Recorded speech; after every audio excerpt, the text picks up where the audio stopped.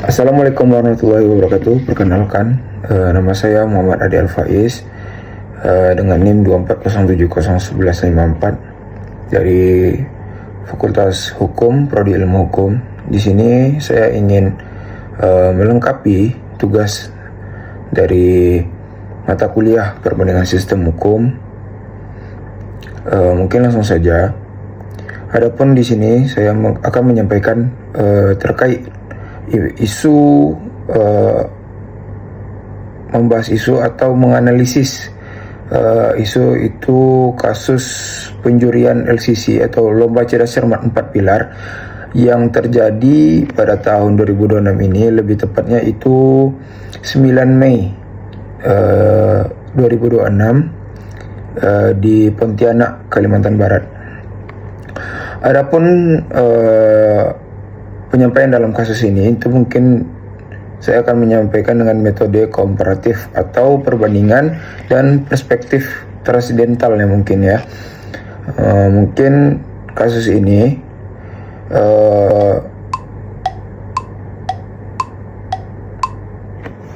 mungkin sebelumnya saya cerita sedikit lah sebelum membedah atau menganalisis dari kasus ini. Kasus ini itu terjadi di Kalimantan Barat 2026, muncul setelah adanya dugaan kesalahan penilaian juri terhadap jawaban peserta yang memicu protes publik. Akibatnya MPR RI melakukan evaluasi, meminta maaf kepada peserta dan menonaktifkan juri dan memutuskan adanya evaluasi penyeluruh terhadap penyelenggaraan lomba. Mungkin dalam perbandingan metode dengan metode kooperatif, mungkin perbandingan hukum bertujuan mencari solusi terbaik lah melalui kerjasama, bukan untuk menentukan pihak yang paling benar. Mungkin dari aspek penjurian, pandangan kondisi yang terjadi dan kondisi ideal.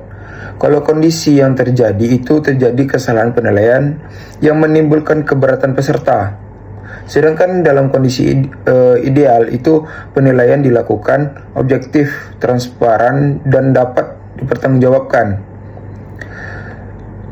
Sedangkan dalam aspek penyelesaian, kondisi yang terjadi itu MPR mengevaluasi, meminta maaf, dan menaktifkan juri. Kalau dalam kondisi idealnya dibentuk mekanisme keberatan banding atau evaluasi bersama sejak awal. Dan sedangkan aspek itu tujuan dalam kondisi ideal memulihkan kepercayaan publik dengan apa yang sudah terjadi, sehingga masyarakat itu memiliki atau hilangnya kepercayaan publik lagi terhadap apa yang sudah terjadi. Maka dalam kondisi ideal ini menjamin keadilan, kepastian, dan integritas lomba tersebut. Sedangkan dalam perspektif transidental ini memandang hukum tidak hanya berdasarkan aturan tertulis, tetapi juga berdasarkan nilai moral, etika, terus kejujuran, keadilan, dan tanggung jawab kepada Tuhan Yang Maha Esa. Dalam kasus ini, kejujuran, juri harus memberikan nilai sesuai fakta tanpa keberpihakan. Baik manapun dia, anak siapapun dia, apapun latar belakangnya, kejujuran itu nomor satu. Yang kedua itu ada keadilan. Semua peserta memperoleh perlakuan yang sama. Kenapa? Semua manusia yang ada di bumi ini sama di mata hukum dan harus ditegakkan seadil-adilnya. Dan ketiga itu ada tanggung jawab moral. Kesalahan dilakukan melalui permintaan maaf dan evaluasi apa yang sudah terjadi, sehingga di kemudian hari tidak akan terjadi yang begini lagi. Dan yang keempat itu ada integritas. Penyelenggaraan wajib menjaga kepercayaan masyarakat terhadap kompetisi yang diselenggarakan. mungkin analisisnya dari sudut pandang perbandingan hukum, penyelesaian sengketa tidak cukup hanya dengan memberikan sanksi kepada juri, tetapi juga mungkin memberikan sistem penilaian agar kesalahan serupa tidak terulang lagi di kemudian hari. Sementara itu, perspektif transidental menekankan bahwa penegakan keadilan harus didasari nilai moral, kejujuran, keadilan, dan tanggung jawab yang harus ada, sehingga setiap keputusan tidak hanya sah secara prosedural tetapi juga adil secara etis. Jadi kesimpulan yang bisa saya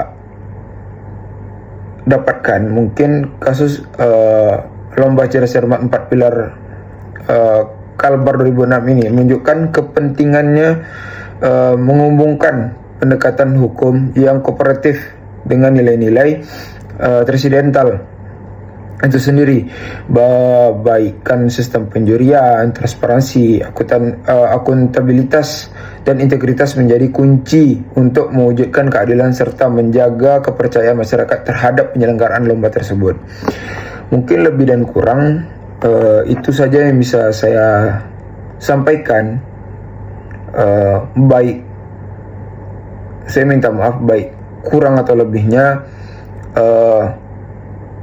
atau kesalahan dalam penyampaian atau kurangnya pendapat yang saya sampaikan, saya mohon maaf.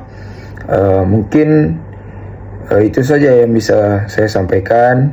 Lebih dan kurang saya minta maaf. Wassalamualaikum warahmatullahi wabarakatuh.